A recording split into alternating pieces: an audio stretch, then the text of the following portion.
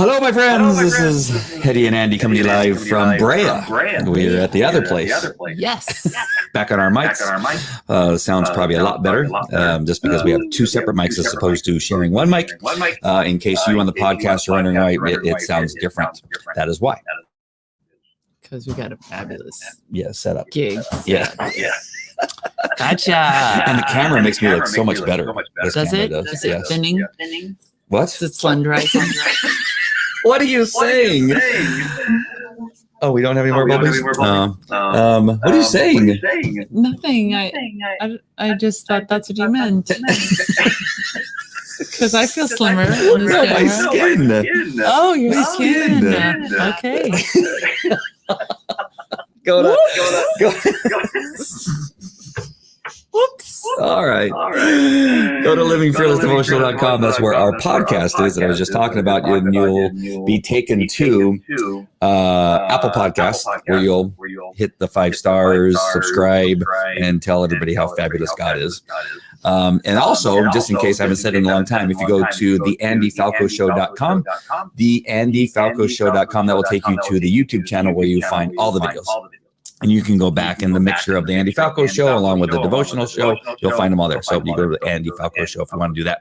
But those are all the videos, the replays of our live broadcasts. All right, we'll get rid of that. We're reading from My Utmost for His Highest by Oswald Chambers.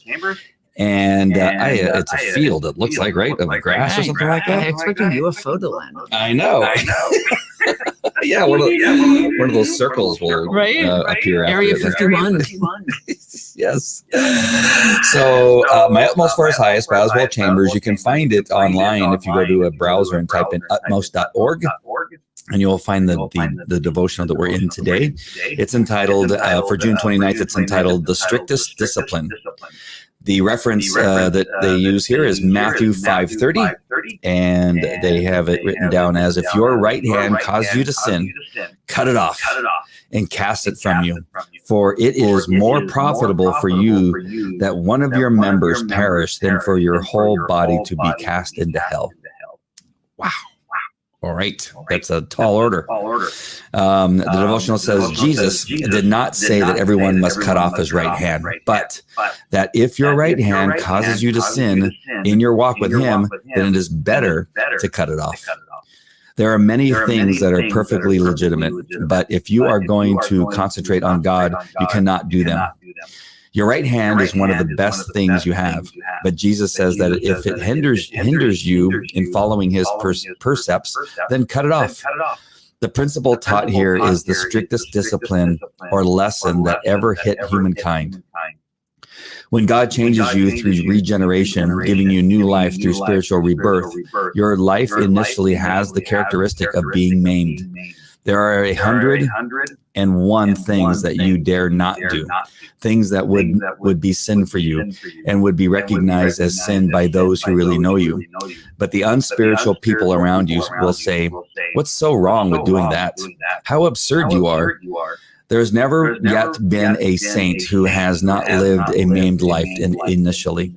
Yet it is better to enter into life maimed, but lovely in God's sight, than to appear lovely to man's eyes, but lame in God's. At first, Jesus Christ, through his Spirit, was to restrain you from doing a great many things that may be perfectly right for everyone else, but not right for you. Yet see that you don't use your restrictions to criticize someone else.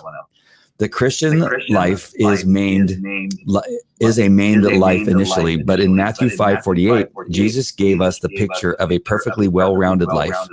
You shall be perfect, just as your Father in heaven is perfect. This is something else. I know that he's kind of clarifying, saying, I think that's what he's saying. So not literally, don't go out in the backyard with an axe and cut your hand off because you were doing something with it. You know, right. But he's giving you the picture that it would be better if you did that. In some cases, that sin is so bad. And the interesting thing here is he's speaking to believers. So he's not just saying anybody walking down the street should cut their arm off, but it's people that are trying to walk in his way, and that's intense. And I know it's a scripture like my friend Glenn recites all the time for people who think, see, this is a struggle a lot in Christendom, is people arguing over grace covers all, and yet what role does sin play? And is grace, the Apostle Paul said, does grace so abound that we may sin, indefinitely or, sin all the time? He's like, heavens no, that we would take advantage of the grace. Mm-hmm. But it's, and I remember back to when Muslims used to talk about, I was around Muslims all the time because I was a former Muslim, how they talk about how weak Christians are, not just physically, but because they have no discipline. Right. And yet when you read the scripture, it is about the strictest of discipline that came to humankind. Yeah. Some of those countries, they would cut off somebody's right hand for stealing. For stealing, but not just sinning. Yeah. And I don't know. I've lived. There's times in my walk with Jesus Christ. Actually, I think I'm going through one of those spells right now where I feel maimed. So I just feel like I can't get my feet, my bearings. This reminds me of your article that you just finished and will be published on Thursday in the Christian Post. This is a hot one. Yeah. If I didn't make enough enemies, this one should surely seal my coffin. I'm looking forward to it.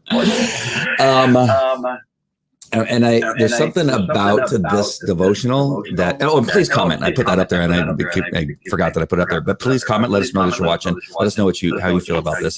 This is a very strong part of the Bible that can be taken literally by some. Like when I first read it, and I've always thought until just now that it meant literally cut your hand off.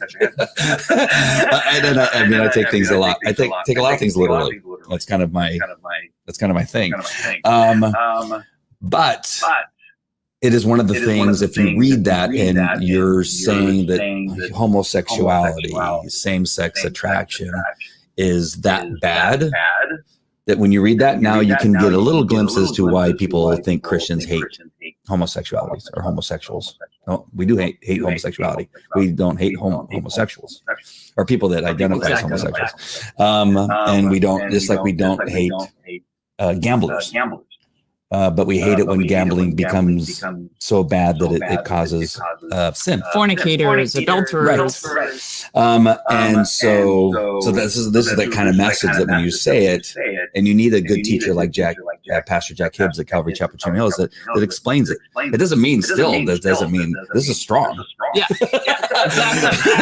Let's not excuse it away. No, but I'm just saying that it's just like, this is one of those things where don't get a bone saw. No, this is what we're trying to tell you.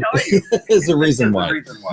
And like you said, for fornication or cheating on your spouse, which adultery is what I was looking for. And it's just a strong message that this is how important it is. But that really brings us back to the pastors who are so-called woke pastors or gay pastors even. This is why it's a passage like this that says we can't make that. That's not okay. We can't condone it. We can't condone it. Right. Absolutely. Well, I even had a time when I first came to Christ where I had a problem controlling my temper. And the Lord was like, then just stay home. Don't interact with people until you can control it. And I was just like, I felt paralyzed. Because it was so like everything was aggravating me, and it was that regeneration that Oswald talks about. Is like you feel like you're being remade from the inside out, and things aren't working. Like you feel maimed, you feel like broken because you're not yet feeling like the new person. You're not entirely regenerated, and yet you have a new spirit, and you're a new man or a new woman. So there's that in between phase, and I think that in between phase lasts us most of our life, that you feel like you're stepping into it, and yet there's times when it feels completely foreign, or that you feel broken. Wow. Why don't you read a couple of these scriptures here? So he references Matthew 5:30, which it's good. And if your hand causes you to stumble, cut it off and throw it away. It is better for you to lose one part of your body than for your whole body to go into hell. And then Matthew 5:48. And this is a follow-on to that scripture because there's a whole bunch of other things in there where he's pretty harsh. And then he says at the end, be perfect, therefore, as your heavenly Father is perfect. And it's a little bit confusing because we say, wow, how could we be perfect? And again, it's because we have the indwelling of the Holy Spirit that can make us perfect if we surrender. Yeah, that you should always be striving for that. Exactly. And to be perfect would mean that maybe you have to cut out some of those things that are keeping you from that perfection. Yes. Oh, very difficult. Yeah. And sometimes it's easier than other times. And sometimes certain things are easier than others. And that's why, remember we had a discussion on one of the devotionals where we were talking about sin, and I was like, basically what Oz was saying is run. Don't try to rationalize, don't try to compromise, just run, because it pulls you and then you're stuck in a place where you have to decide whether you're going to cut your arm off. Right. Pastor Jack was saying the same thing on Sunday, where he's like, the cute girl by the water fountain. Are you going to talk to her? Are you going to say, well, I'm not really doing anything. I haven't touched. I'm just looking. I'm just talking. And he's like, before you know it, you're way past that point. And you're at a bar having drinks. Exactly. Yeah. Exactly. And so he also, same advice, run. And that's what it was so important for to have my two older, not the oldest, but the 14-year-old and 13-year-old watch Jack's message from last week, because they kind of get on me for sometimes of being talking about the things that I want them watching and not watching, the things I want them listening to and not listening to, and the habits of using words that aren't good words, bad words. And they go, well, that, my friends do that, or that, I can do that when you're not around. I know, but that's not the point. The point is that if I can get into their head a little bit of that's something they shouldn't watch even when I'm not around, and let them understand that some of these things that we that are put before them on social media, on TikTok, what have you, that it'll enter their mind that that's something that really is not what my dad wants me to watch, or my father in heaven. Wants to watch, but both. They need that extra pressure, because by allowing it and saying, it's okay, they get to see it at their friend's house, that becomes more part of their life, and it becomes a lot more accepting. And that's kind of what I think Jack was saying. Is that, look, these are the things that we're looking at every day on Instagram. These posts about he's applying it to adults too. Oh, of course. So it's one thing to constantly apply to our children, but we need to apply it to ourselves as adults, because it could be just as bad a slippery slope. I had a dear friend of mine, I had lunch with a dear friend of mine who told me that her 39-year-old daughter is suddenly struggling with homosexuality. And I felt so bad, and we prayed, and it was just like, wow, you think your kids, I'm thinking, oh, well, this is something that they're being bombarded on social media in their teenage years, and oh goodness, what do we do to protect them? And then it'll bombard you all the way up until adulthood. Yep. And it is frightening to see how somebody who's lived a whole life, up to 40 years old, heterosexual, can suddenly think, oh, maybe I'm bisexual. Well, that's my point. Is that the power of sin. That's my point of talking to them now and saying, this is why I don't like you watching these things. And even when we were watching a TV show called SWAT, my daughter and I used to love watching SWAT. There was a character in there who was I think initially she was bi, because she got into a relationship with a couple where she was like the third wheel in the couple, that kind of stuff. And I finally just said, we got to get out of this. We can't. I don't, and she felt the same way. She goes, I don't know why they have to have that kind of character. But you begin to look at every show that's on today, they always have to have at least one character who's either a transgender or gay, or there's a gay relationship. Every one of them. And so, I mean, to this point here is that you got TikTok, you got Instagram posts, you got television shows, and now it becomes a regular part of every day that this is okay. The 39-year-old, may not have gone down that road, except for it's the same thing. It's all of a sudden becoming acceptable. It's okay for men to be in women's locker rooms because they claim to be identifying as a woman. It's okay and so it becomes again a social norm for that to be like, oh, I guess it must be okay. Let me just see what this feels like to be in this same-sex relationship.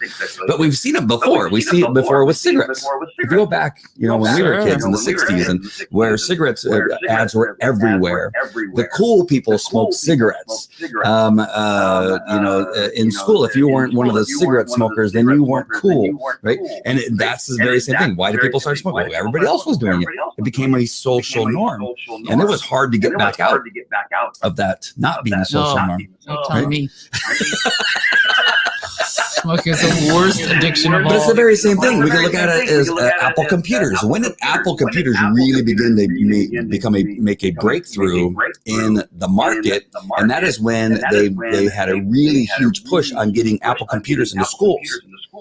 And they got them into schools in advance, knowing that in 20 years from now, those kids would grow up and they would begin to buy Apple products that were for adults, right? So you get in early, you get with the kids and you say, this is good. You're going to need this. These are the best. And you get them indoctrinated into this thing thinking it's okay. And you bombard them with the same message over and over and over again. At some point, it makes its way in there.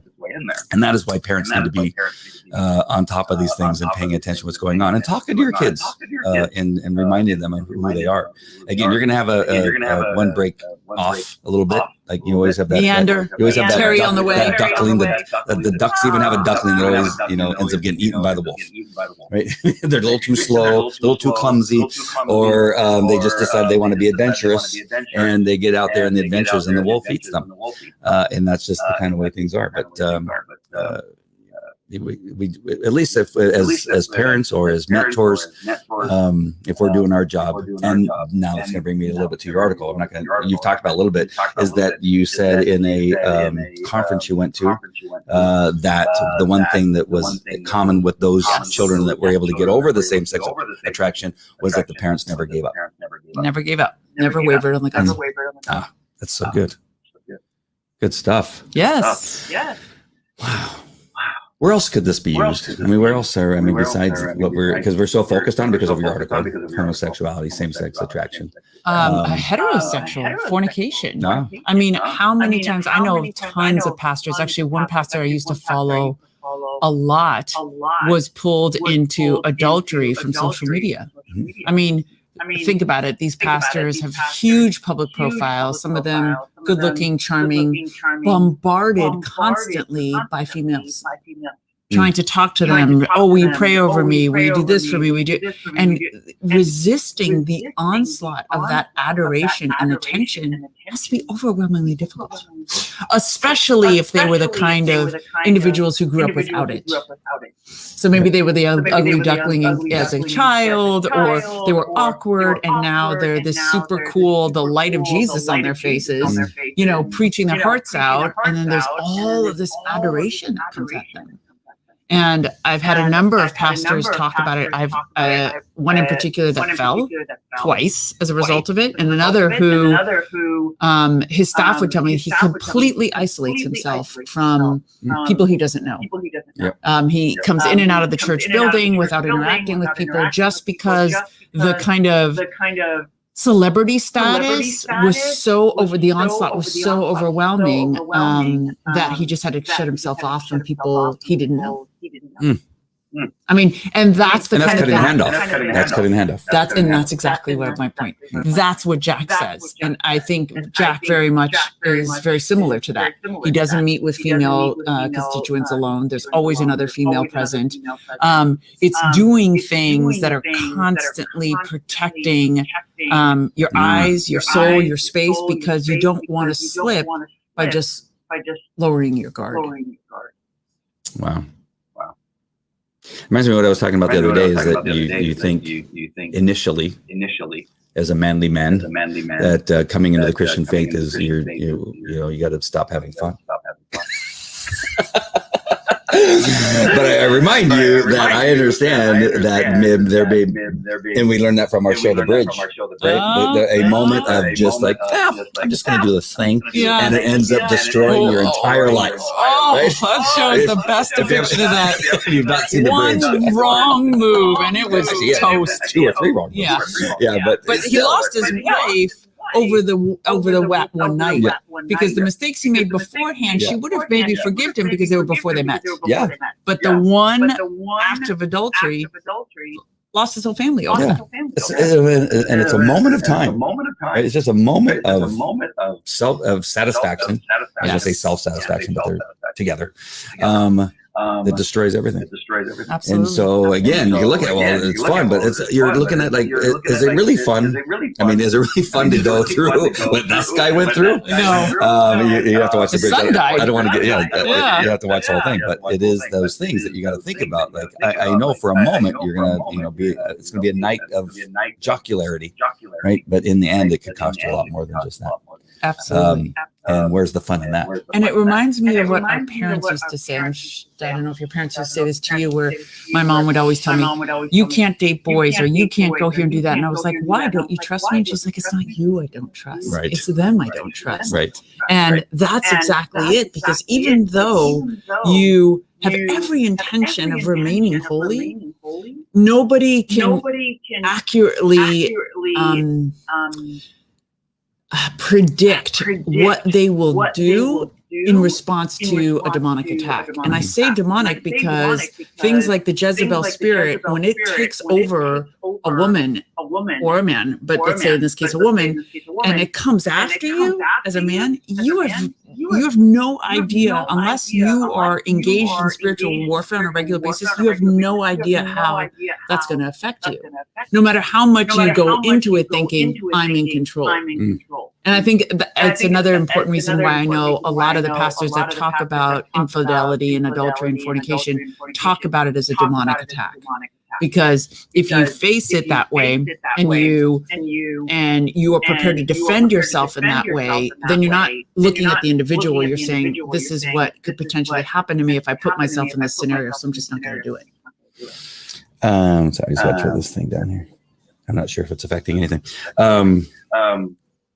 The one thing that half our country needs to do is cut off the hand of CNN and MSDNC. I mean, because oh my gosh, I heard a stat today that 4% of Democrats think the pandemic is still going on. That it's still, they still need to be masked and they still need to shut down. Yeah, they brought it back. They shut it down again in Los Angeles. Oh my gosh. Like, it's like, what point? I mean, that is propaganda. It's propaganda. It's demonic. They're destroying these people's lives. Yes. And the people are believing it because that's all they're hearing is, oh my gosh, you got to shut down. You got 4%. I mean, 4%. No, the 4% only think it's over. 96% think it's still a thing. So sorry about that. I got ahead of myself. No, 4% think it's over. Only 4% of Democrats think it's over. Wow. Obviously, Republicans are way more than that. It's well over 50%. But Democrats think 4% only think that it's over. 96% think they still have to be shut down in their homes and wear masks. Well, even after getting vaccinated. Yeah, exactly. And it's wacky. They also, I don't know if you've gotten this, but they, the defunding the police officers in law enforcement and dismantling them. What happened? Sorry to interrupt you, but Priscilla says there's a repeat of everything we say. I'm trying to, I wonder if it's my phone. Oh, yeah, that's on too. Yeah, let's get that off. Let me know if this helps. Wow, Priscilla, what would we do without you? I know. That's why I saw the thing going up and down. I go, that shouldn't be doing that. So maybe that fixed it. Maybe 24 hopefully minutes. It wasn't too bad. 24 minutes in. I'm sorry, as you can tell, we haven't been in the studio in a long time. And so I had to hook everything back up and obviously forgot a couple buttons and didn't test it out before. All right, good. But defunding law enforcement and dismantling and thinking that we just need to get rid of disband law enforcement. So for a year now, over a year, we've been hearing Democrats say this, only Democrats, and some very prominent Democrats. You even had Kamala Harris, bailing out criminals during the writing and supporting those cities that want to dismantle and defund law enforcement. Biden was a wobbler. He said, well, I don't want to dismantle, but we should reallocate the funds. which is defunding. Yes. I'm not a genius. If you want to put it back into like infrastructure, then it's defunding. And we want to use it for something else, which means not give it to law enforcement. So this has been going on for a year. And today, either today or yesterday, a Democrat came on, and I think he's a spokesman for the White House, something like that. He says, this really is sad that the Republicans want to defund law enforcement. And, it's because of them that they want that this defunding is their idea, and that they don't want to give law enforcement any money. There was a budget, there was a bill that we were trying to put through where we could have given law enforcement all, tens of billions of dollars, whatever it was. And the Republicans refused to pass it. And it wasn't, it was to give cities money, but the city could decide to do it. They said they could have been giving that to law enforcement. Well, they weren't going to give it to law enforcement because they're the ones who defund the law enforcement. So this whole new narrative is coming out of the White House and CNN and now I can't even remember MSNBC. I always call it MSDNC. That they're all now saying, oh, look at that. The Republicans are the ones who want to defund law enforcement. Why? Because it's a bad idea. Right? We're now realizing, well, this is not going well. Everybody's dying in Democratic cities. But now they're blaming it on Republicans and saying, so it's just this is an incredibly dangerous, right? People are dying because of the media, literally, and the bad decisions that are being made in the Democratic Party. And so I bring it up only because it's one of those things that needs to be cut out. You got to cut out this type of thing, because they've been proven liars in so many different areas, between the Russian collusion and the Steele dossier, and that Trump said that, those who join the military are stupid, to all those little things. All those things have been proven to be lies. And at some point, thankfully, their ratings are so low now that they're barely existing on a daily basis. Yes, we still believe in the free market economy. Yes, and so just stop watching it. So, so all these things, those things need to be cut out, and you gotta read the Bible. Yes, you gotta listen to us. You gotta listen to Jack. As long as there's no echo. As long as there's no echo. Hey, Priscilla, how bad was it? Was it like just unwatchable, or was it just kind of slight? I don't know. Like I said, I'm sorry I didn't catch that myself until just a few seconds ago. But I thought I fixed it. So our article is coming out on Thursday, and it's a very important issue. We touched on a little bit. Did you want to give them a little bit of an idea of what to look for on Thursday? Well, it's on this issue of homosexuality, that the onslaught of transgender, gender identity and sexuality. So the onslaught of propaganda that's coming out towards our kids, either in the classroom or through social media, or even through therapists, healthcare professionals, telling them, it's called the gender affirmative model, where it's telling them that the child's gender is determined by biological factors, social conditioning, cultural context, and emotional something or other, the way they described it, but that those are the things that make up gender. I mean, literally redefining what gender is. And our kids are getting bombarded. Society's getting bombarded by these statistics, because I also provided the Gallup poll research on the percentage of people that now identify as having same-sex attractions. And also the overwhelming majority of those are bisexual. So it implies a confusion, because it's not saying that there is this innate tendency for now a huge portion of the population to feel a same-sex attraction, but they're saying they either sex.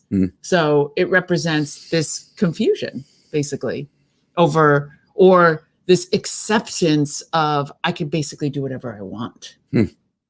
And it's really, it goes so in line with what Jack is teaching now in the book of Romans, is that the Lord says, I will give them over to a debased mind, where they will justify sexual immorality and debauchery and sodomy and all of these other sins, because there are no rules anymore.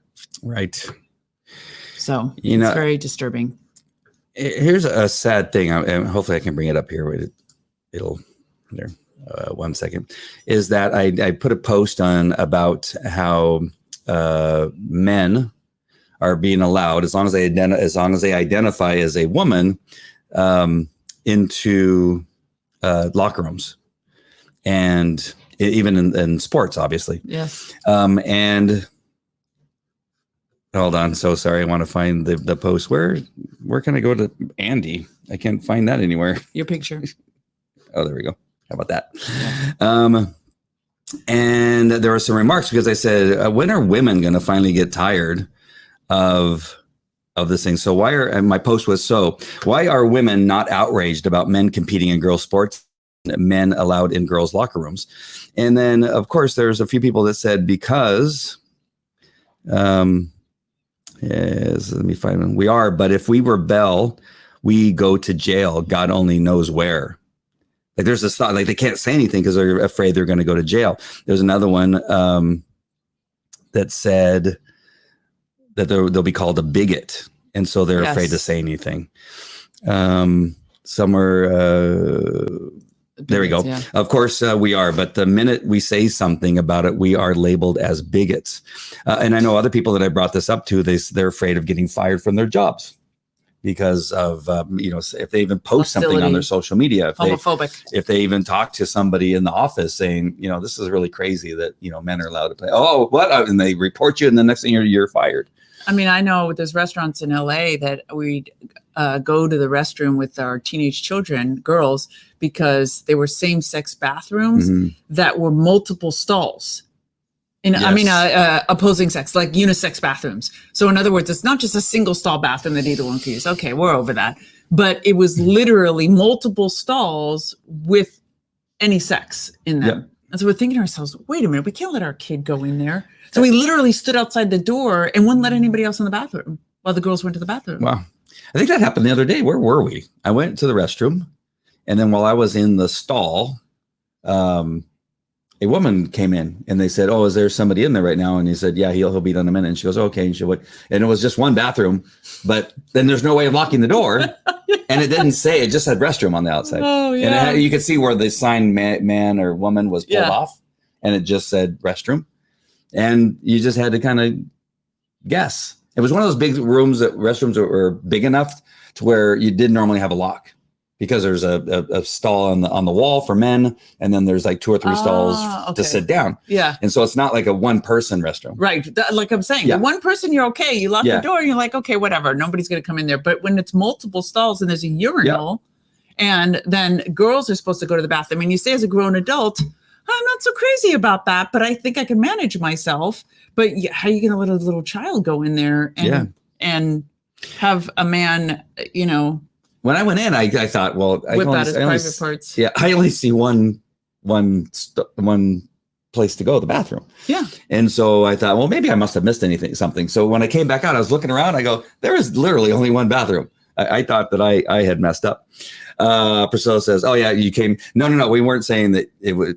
You should have said something earlier. Is that we didn't catch it until later. No, she was saying I got what was being said, but I was late to the party, so I didn't have to hear it for too long. Oh, before she said something. I just want to make sure she didn't think we were blaming her. No, I'm sitting here watching anyway, there's a board over here and I can see the volume meters going up and down. And I thought that third one shouldn't be happening. I smell noodles. What's that? I smell noodles. I know. I got to cook the sausages too. There was one other thing that was on my mind and now I can't remember what it was. Shoot. Farfignugi, because now we got all of our viewers back that we lost when there was an echo. It was about your article though. Shoot. I forget. It's okay. It's going to be a good one though. Make sure you Depends on how you feel about homosexuality. Because if it's okay, and I mean, it's a hotly contested debate. To me, there is no debate about the portrayal of homosexuality in the Bible, and just by the virtue of the fact that the Lord created man and woman in His image, and but I am sure there's going to be some nasty comments in there. Yeah, but it's the same thing. Go and cheat on your wife. You can go and get drunk at a bar and stumble out into the parking lot and be drunk. Yes. But we're telling you that's not good. Right. And it's the same thing with that thing. So with the same-sex attraction, it's just we're sharing. And again, I shared that my daughter had a friend that was transgender. And I love that girl, that transgender person. Yes. And showed him. and talk to them all the time about that kind of stuff. Can't wait for the article for Hedia, says Priscilla. They're always so good. Thank you, Priscilla. Then you're going to love this one. Now we're hyping it up. Amy says, when will your article be available? On Thursday. On Thursday. Thursday, usually in the morning. On one occasion, it was a little late, and we got a little scared that maybe something happened. Like you got, I don't know. Vanished. I'm so lucky because my editor is amazing, and the bolder I get, the more she encourages me. So it's really a blessing. Yes. Break them in half and put them in the noodles. Is that what you're saying? So sorry. So, oh yes, please. It's okay. We could. She's okay. She's doing it. She's doing a good job. Okay. Yeah. Sorry, my daughter is busy helping us with dinner, and she's going on to the next step. Oh gosh, I wish I could remember what I was going to talk about with the. Come to me. It's not coming to me. That's this one last thing. I just want to read the bottom part here. That's the wisdom from Oswald Chambers. It says, the great word of Jesus to his disciples is abandon. When God has brought us into the relationship of disciples, we have to venture on his word, trust entirely to him, and watch that when he brings us to the venture, we take it. Now, a reason I wanted to read that is and we were talking about Hedia's article, is that even when you know you're going to be talking about something that's going to cause some angst with people or cause you to have some things said, that we charge ahead with abandon. Yes. I can't help it. But it's like it's the spirit. It's just the spirit. It's just the Lord's calling. It just kind of draws me to it. So they're going to wrap what we're just talking about here, what Oswald in this little portion here, the wisdom of Oswald, and then the devotional, is that it's so important to truly follow the biblical teachings and to not shy away. Now, to not shy away from speaking the truth. And that's clearly what's got us into trouble in the Christian faith, is that we have too many pastors that aren't willing to do that, and what's gotten got us into trouble in this country is that not speaking up when men began taking knees at football games when the national anthem was we just kind of like let it go, like let them be a little bit, a little protesting, a little. I wanted to say bad words and I'm going to stop myself. But, it's just kind of, it's okay. Like, let the few people that want to be homosexuals, let them be homosexuals. And then it just begins, they take a little bit, and a little bit more, and a little bit more. And now it's out. Now it's just gone crazy. And so that's why I think you see some of the churches, not all of the churches, really, really rising in numbers. I think some people are waking up. Yes. I don't know if they're waking up fast enough, but there's an awakening occurring. What else do you call that? It's called something else. A revival. Yes, a revival. God will always protect his remnant. That'll defend his church. Oh, we might be a little too late, though. Depends. We'll see. I'm a little scared. I'm not usually that scared, but it's just like every day it's something else. Like at some point you want to see it now reverting or going back. Well, no, as we get closer to the end times, this only gets worse. We'll have little glimmers, I think, of revival, but for the most part, it does get worse. That's why Jesus comes back. It is only him that comes to rule. How long and does reign. that take, though? How long do we have to live in this hellhole? Oh, I'm sure it's going to get much worse. It's not. It can't just be a couple days. No, it's got to be. I mean, who knows? Nobody knows the time. I know, but it just seems like wow. So who knows? It's kind of crazy. All right. So most importantly, this message, the strictest discipline. Flee from sin. So much easier said than done, folks, but all of us have to take that message to heart. Yep. Did we miss anything? Oh, one last thing.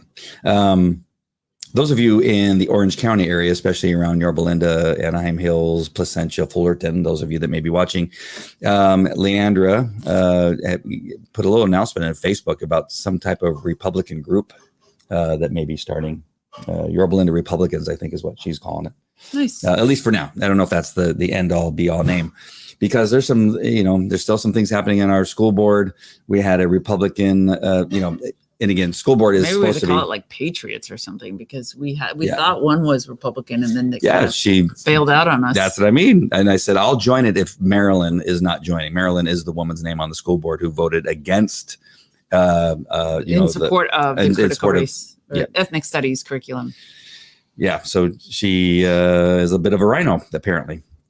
And so I expect the next school board meeting will be fairly exciting. Ooh, is what I'm that should be fun. That's what I'm thinking. So make sure and pay attention, because I will be reaching out to Leandra, seeing what's planned. And it didn't say much. It just said who's interested in joining a Yorba Linda Republican group of some sort. And I'm not sure if that meant a Facebook group or if it meant, and I think I later saw that it would be an actual gathering of people, like-minded people. So that should be coming out pretty soon. So I just want to throw it out there that if you're in this area, that you just stay tuned. We'll make sure and let you know what's happening and how you join. Except for Marilyn. Marilyn's not allowed. She cannot be a part of this. Be part of poor Marilyn. Oh, what? You getting soft? No. All right. Poor Marilyn. Ugh. I have a lot of rhino friends. I was in Neocon. They're kind of old buddies. Whatever.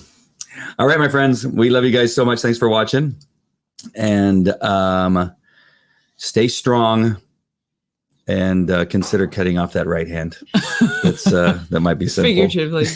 Yeah, we're not telling. We're okay. Just in case, we're not telling you to cut off your hand. Flee from sin. Yeah, follow the scripture. We love you. We love you. God bless. Have a great night. All right, take care. Bye. Bye.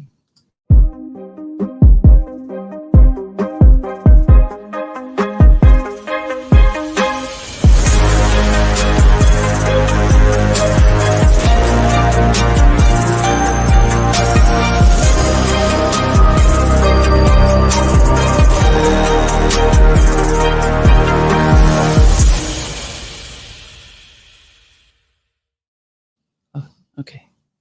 But that goes off, but the light doesn't go off. Yeah. Oh, hi guys. Technical adjustment. Bye.